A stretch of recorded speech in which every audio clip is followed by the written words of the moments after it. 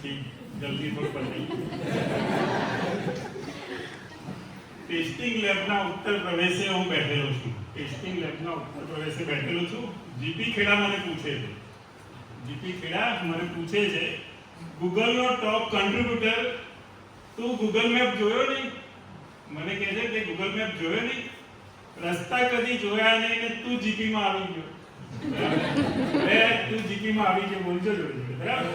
Road કાચો હતો અને તું જીપીમાં, કાર ચલાવતા આવડે નહીં ને તું જીપીમાં આવી ગયો, કમ્પ્યુટરનો સ્ટાફ નતો ને તું જીપીમાં આવી ગયો, ઇન્ટરનેટ હતું નહીં ને તું જીપીમાં આવી ગયો. સ્ટુડન્ટના ફોન સરતા હોટસ્પોટ ખોલો ત્યાં નેટવર્ક નાસી જતું, વારે ઘડીએ પાવર જાય ને તું જીપીમાં.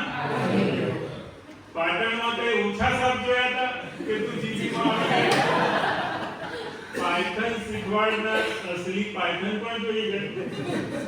રિટાયર થવાનું હતું ને તું જીપીમાં આવી ગયો, ફાઇલ બંધ કરવાની હોય તું જીપીમાં આવી ગયો.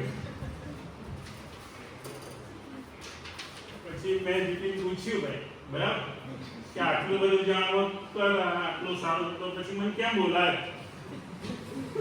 લેટ તારા હતા એટલે તને બોલાવી લીધો, એટલે તને બોલાવી લીધો. હવે એવું થાય છે, લેવું ઋણ બાકી હતું એટલે તને બોલાવી લીધો.